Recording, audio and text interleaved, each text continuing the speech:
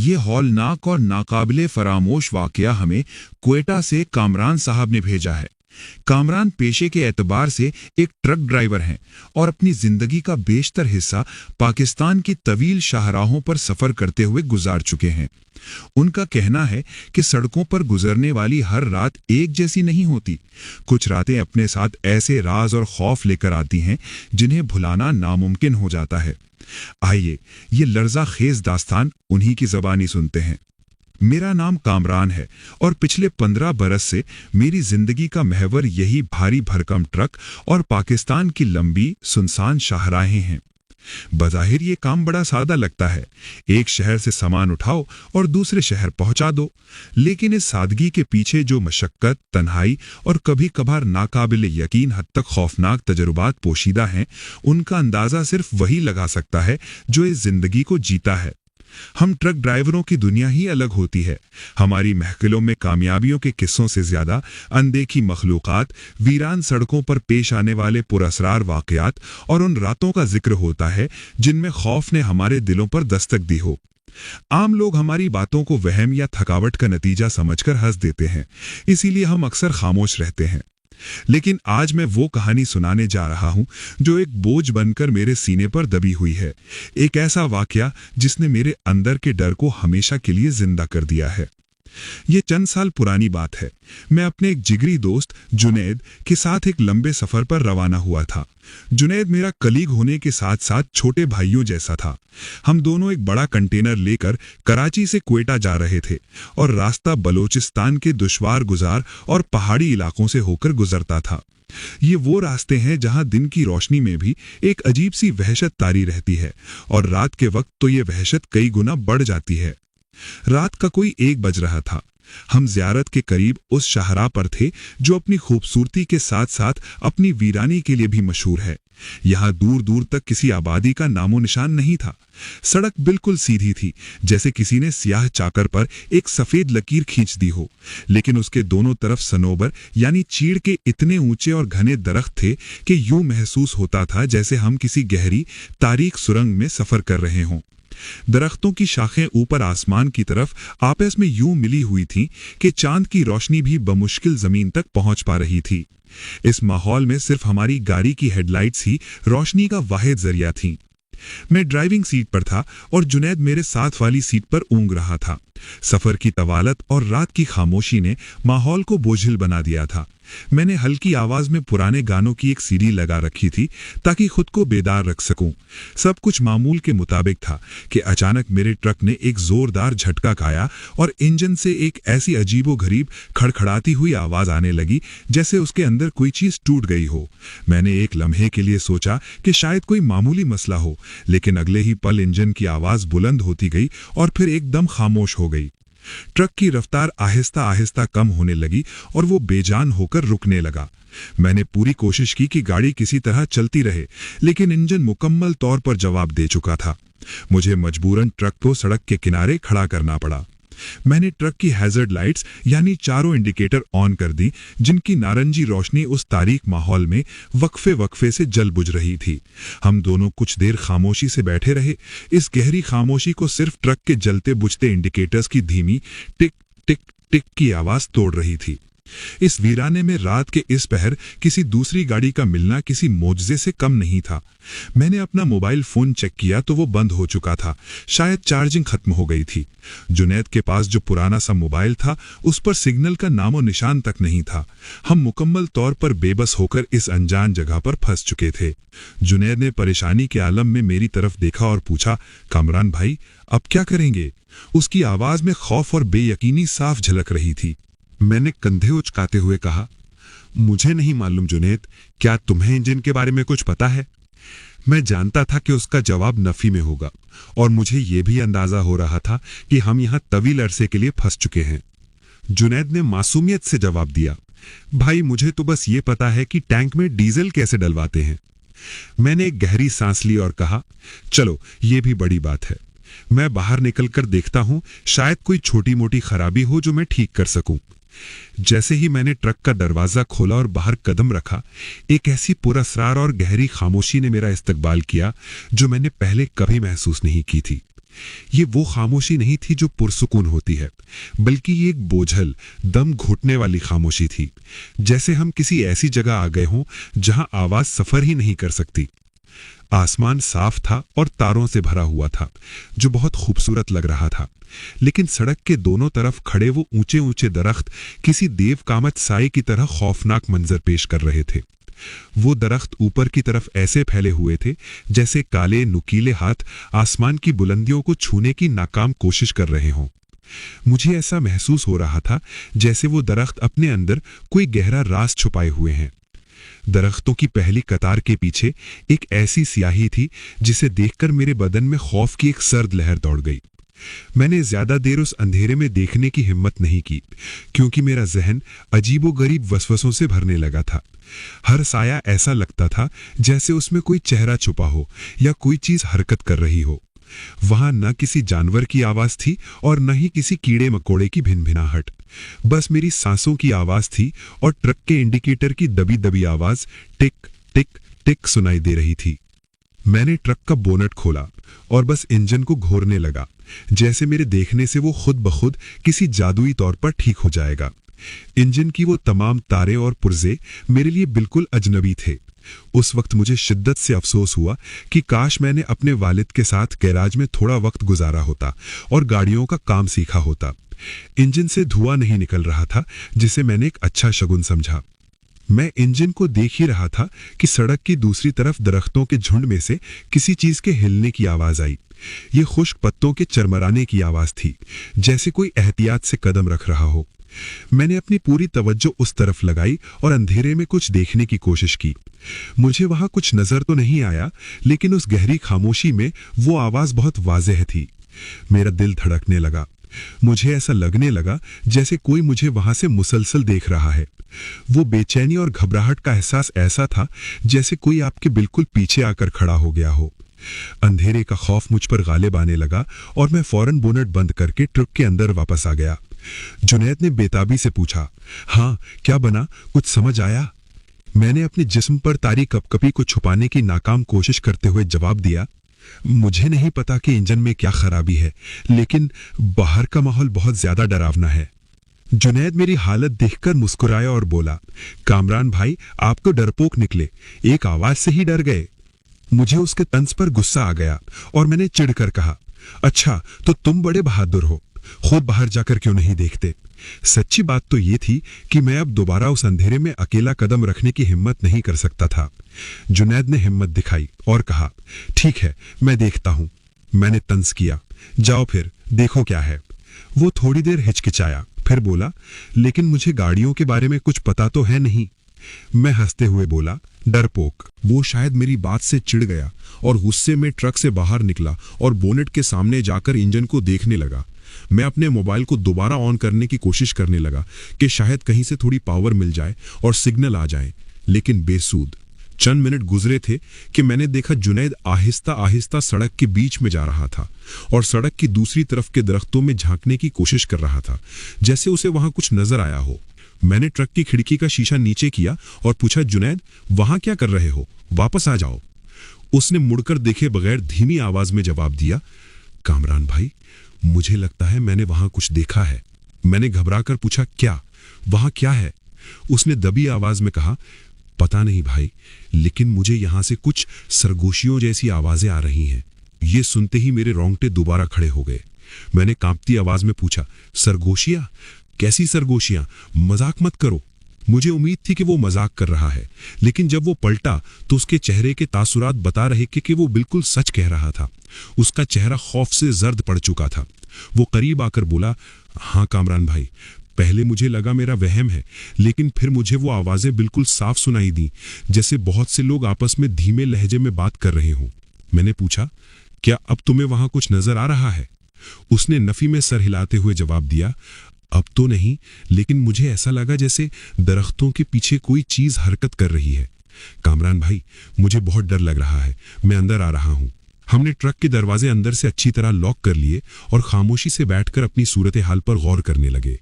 हमें इस सुनसान सड़क पर खड़े हुए कई घंटे गुजर चुके थे, लेकिन कोई दूसरी गाड़ी वहां से नहीं गुजरी थी। हमारे दोनों मोबाइल फोन बेकार हो चुके थे।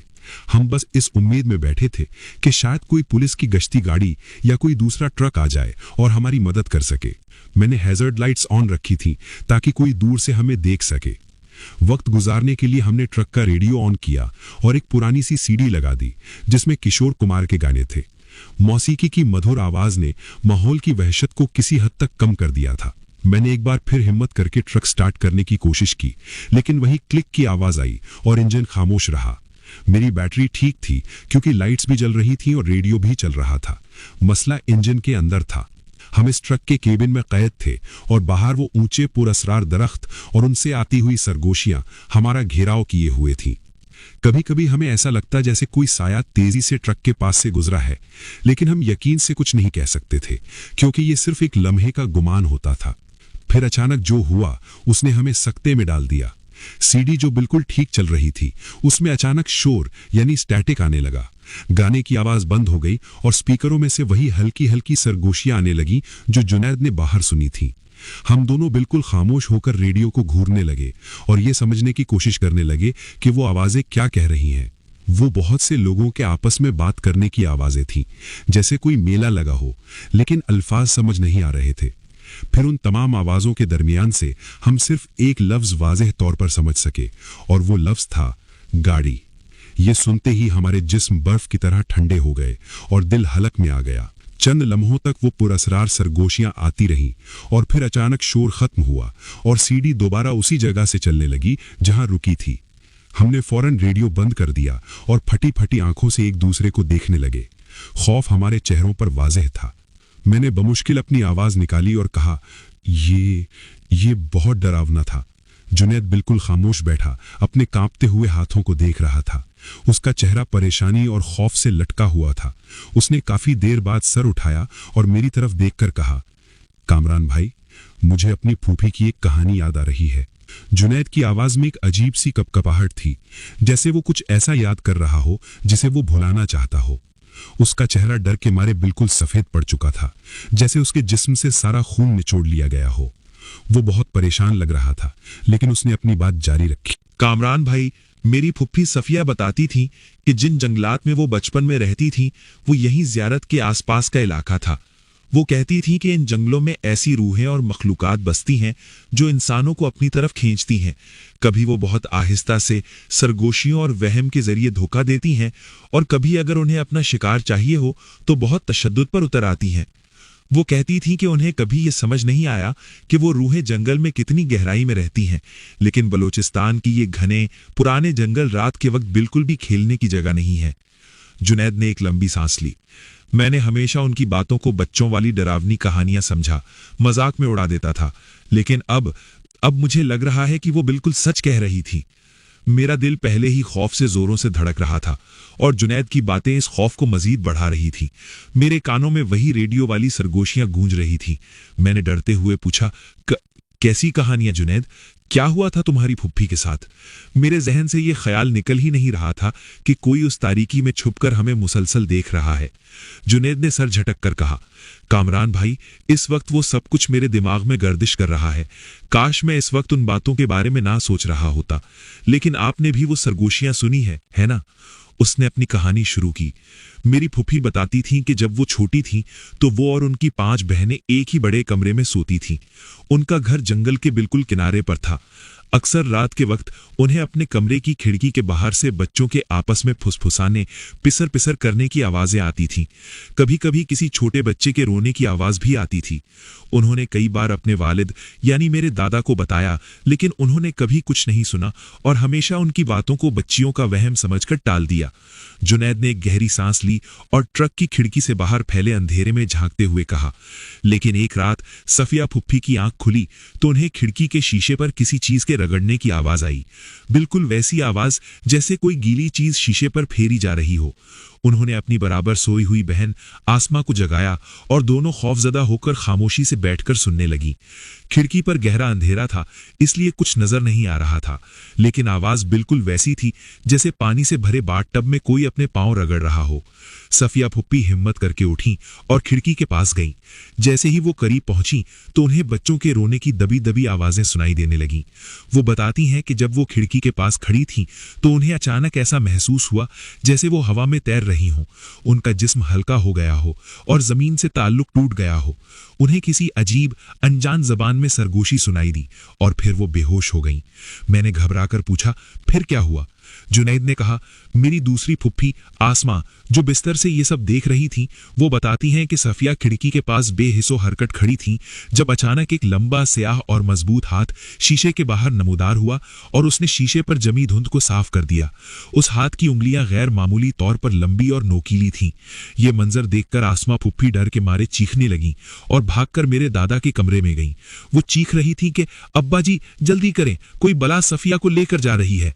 मेरे दादा अपनी बंदूक उठाकर भागे और जब वो कमरे में दाखिल हुए तो उन्होंने एक नाकाबिले यकीन मंजर देखा। सफिया के बालों से पकड़कर एक लंबा स्याह और गैर इंसानी हाथ उन्हें खिड़की से बाहर खींच रहा था। सफिया किसी पुरअसर नींद में थी और उन्हें कुछ होश नहीं था। उनका आधा जिस्म खिड़की से बाहर लटक रहा था। दादा ने एक लम्हा जाया किए बगैर अपनी बंदूक का पिछला हिस्सा बट पूरी कुव्वत से उस हाथ पर मारा। जर्ब इतनी शदीद थी कि उस हाथ की गिरफ्त ढीली पड़ गई और उसने सफिया को छोड़ दिया। दादा फौरन भागकर घर से बाहर गए, लेकिन वहां कुछ नहीं था। उन्होंने दरख्तों और घर के आसपास हर जगह टॉर्च की रोशनी में बहुत ढूंढा, लेकिन वो चीज जैसे हवा में तहलील हो गई थी। उस वाकये के बाद वो लोग वहां कुछ साल मजीद रहे और फिर आखिरकार वो घर छोड़कर शहर मुंतकिल हो गए।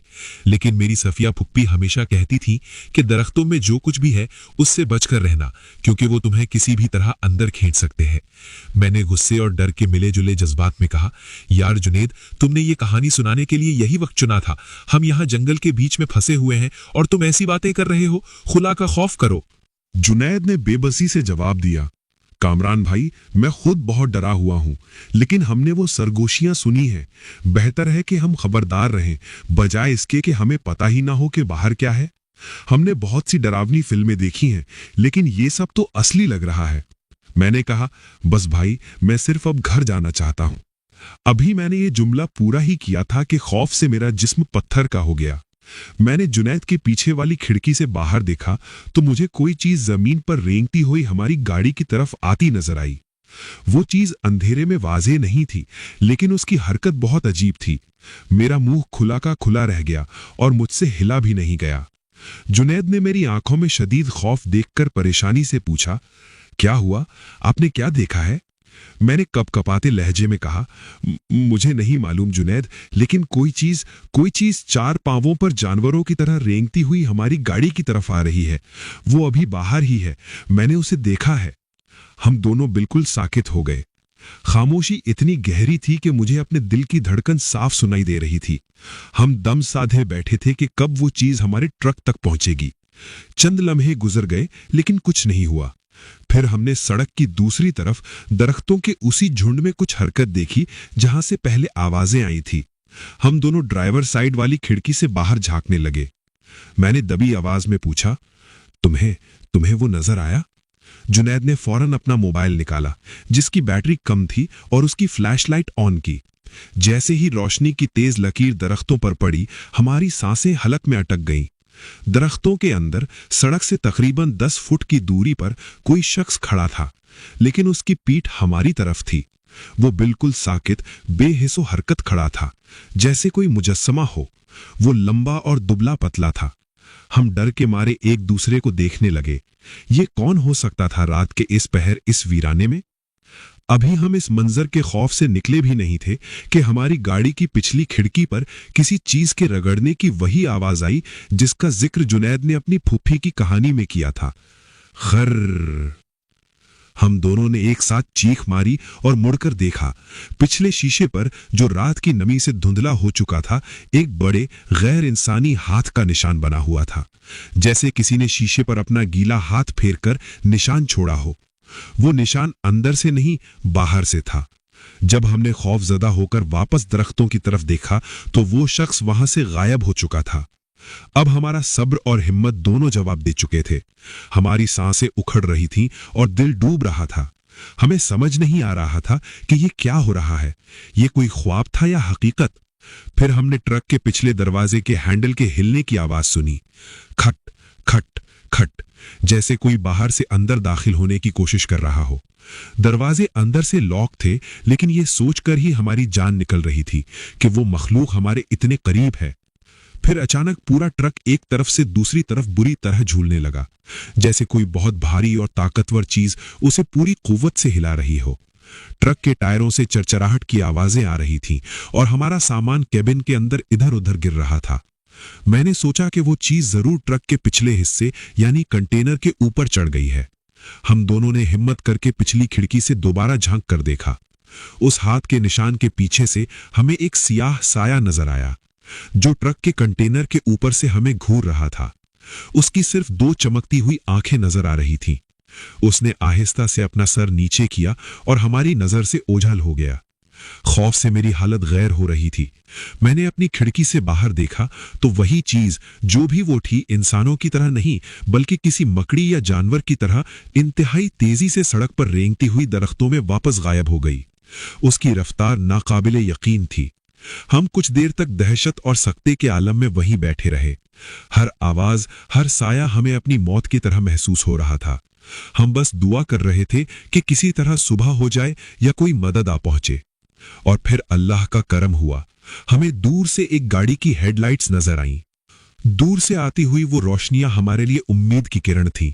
शुरू में हम दोनों खौफजदा थे कि गाड़ी से बाहर निकले या नहीं, कहीं ऐसा न हो कि ये भी उसी मखलूक का कोई नया जाल हो। लेकिन फिर हमने सोचा कि इस ट्रक में कैद रहकर मौत का इंतजार करने से बेहतर है कि एक आखिरी कोशिश की जाए। ये हमारे पास यहां से निकलने का शायद आखिरी मौका था। हमने हिम्मत की, ट्रक का दरवाजा खोला और बाहर निकलकर उस आती हुई गाड़ी को हाथ देकर रोकने की कोशिश करने लगे। खुशकिस्मती से वो भी एक ट्रक था और उसका ड्राइवर एक रहमदिल इंसान निकला। उसने हमारा टूटा फूटा हाल, हमारे खौफ से पीले चेहरे और हमारी कपकपाती आवाजें सुनकर फौरन ट्रक रोक लिया। हम एक पल भी मजीद वहां रुकना नहीं चाहते थे। हमने उसे मुख्तसरन बताया कि हमारा ट्रक खराब हो गया है और हम मदद के लिए करीबी शहर जाना चाहते हैं। हमने उसे जंगल की मखलूक के बारे में कुछ नहीं बताया, क्योंकि हमें यकीन था कि वो हमारी बात पर यकीन नहीं करेगा और हमें पागल समझेगा। उसने हमें अपने ट्रक में बिठा लिया। जैसे ही हम वहां से रवाना हुए, मैंने आखिरी बार अपने ट्रक की तरफ देखा, जो हैजर्ड लाइट्स जलाता हुआ उस तारीकी में खड़ा था, जैसे कोई जख्मी जानवर हो। मुझे लगा जैसे दरख्तों के साए उसे आहिस्ता आहिस्ता निगल रहे हैं। हमने उस ट्रक वाले से तकरीबन 20 मील दूर करीबी छोटे से शहर में लिफ्ट ली और एक होटल में रात गुजारी। उस रात हमें नींद नहीं आई। बार बार वही मंजर, वही सरगोशियां और वही खौफनाक हाथ का निशान हमारी आंखों के सामने घूमता रहा। अगली सुबह हम एक टो ट्रक लेकर, यानी गाड़ी खींचने वाली क्रेन लेकर, उसी जगह वापस आए। दिन की रोशनी में वो जगह बिल्कुल मुख्तलिफ लग रही थी। वही दरख्त जो रात को खौफनाक लग रहे थे, अब पुरसुकून और खूबसूरत दिखाई दे रहे थे। लेकिन जब हम अपने ट्रक के पास पहुंचे तो हमारी आंखें हैरत से खुली की खुली रह गईं। ट्रक के तमाम दरवाजे, बशमूल पिछले कंटेनर के, खुले हुए थे। हमारा सारा सामान जमीन पर बिखरा पड़ा था। कपड़े, खाने पीने की चीजें, औजार, सब कुछ बाहर निकाला गया था। लेकिन सबसे अजीब और खौफनाक बात यह थी कि वो सारा सामान बेतरतीबी से नहीं, बल्कि एक कतार की शक्ल में दरख्तों की तरफ जाने वाले एक कच्चे रास्ते पर पड़ा हुआ था, जैसे कोई हमें अंदर आने की दावत दे रहा हो। ये किसी चोरी की वारदात नहीं लग रही थी, ये कुछ और था। हमने जल्दी जल्दी अपना सारा सामान समेटा। जुनैद ने अपना बैग चेक किया, जो ट्रक के पिछले हिस्से में था। उसने बताया कि उसका तस्वीर वाला एल्बम वहीं है, लेकिन उसकी हालत खराब हो चुकी थी। हमने ज्यादा कुछ सोचे समझे बगैर ट्रक को टो किया और वापस शहर आ गए। हम बस उस जगह से जल्द अज जल्द दूर जाना चाहते थे। मैकेनिक ने बाद में बताया कि इंजन की फ्यूल लाइन किसी ने काट दी थी, वो खुद से खराब नहीं हुई थी। ये सुनकर हमारे खौफ की कोई इंतहा न रही। इस वाकये के कुछ दिन बाद जब हम अपने अपने घरों को लौट चुके थे, जुनैद का मुझे फोन आया। वो बहुत परेशान था और उसकी आवाज कांप रही थी। उसने कहा, कामरान भाई, बहुत अजीब बात हुई है। मैंने पूछा, क्या हुआ, सब खैरियत है? उसने कहा, भाई, मैं आज घर पर अपना वही एल्बम देख रहा था जो ट्रक में था। उसमें से एक तस्वीर गायब है। मैंने पूछा, कौन सी तस्वीर? शायद गिर गई होगी। जुनैद ने कांपती आवाज में कहा, नहीं भाई, वो तस्वीर बहुत खास थी। वो मेरी और मेरी सफिया फुप्पी की बचपन की तस्वीर थी। वही फुप्पी जिन्होंने मुझे जंगल की मखलूक के बारे में बताया था। भाई, उन्होंने कहा था कि वो रूहें उन्हें अपनी तरफ खींचती हैं। ये सुनते ही मेरे दिल में एक ठंडी लहर दौड़ गई। मुझे फौरन याद आया कि मेरे ट्रक के डैशबोर्ड पर लगे आईने के साथ मैंने अपनी और अपनी छोटी बहन की एक तस्वीर लगा रखी थी। वो मेरी सबसे पसंदीदा तस्वीर थी। मैंने फौरन जाकर अपनी गाड़ी चेक की, जिसे मैंने गैराज में खड़ा कर दिया था। वो तस्वीर वहां नहीं थी। हम दोनों एक लम्हे के लिए फोन पर खामोश हो गए। हमें समझ आ गया था कि जंगल की उस मखलूक ने हमारी चीजें नहीं, बल्कि हमारी यादें और हमारी पहचान चुराई थी। उसने उन लोगों की तस्वीरें चुराई थी जिनसे हम मोहब्बत करते थे, जिनका ताल्लुक हमारी जात से था। शायद ये उनका तरीका था हमें कमजोर करने का, या शायद वो हमें वापस बुलाना चाहते थे। इस वाकये के कई साल बीत चुके हैं। मैंने वो रूट हमेशा के लिए छोड़ दिया है, लेकिन आज भी जब रात को मैं किसी सुनसान सड़क पर होता हूं और दरख्तों के झुंड नजर आते हैं, तो मेरा दिल खौफ से धड़कने लगता है। मुझे जुनैद की फुप्पी की बात याद आती है कि वो तुम्हें किसी भी तरह अंदर खींच सकते हैं। वो मखलूक सिर्फ हमारी तस्वीरें नहीं ले गई थी, वो हमारे अंदर से सुकून और बेखौफी भी ले गई थी। आज भी कभी कभी मुझे रात को ख्वाब में वही सरगोशियां सुनाई देती हैं और वही एक लफ्ज मेरे कानों में गूंजता है, गाड़ी। और मुझे लगता है कि जंगल आज भी हमारा इंतजार कर रहा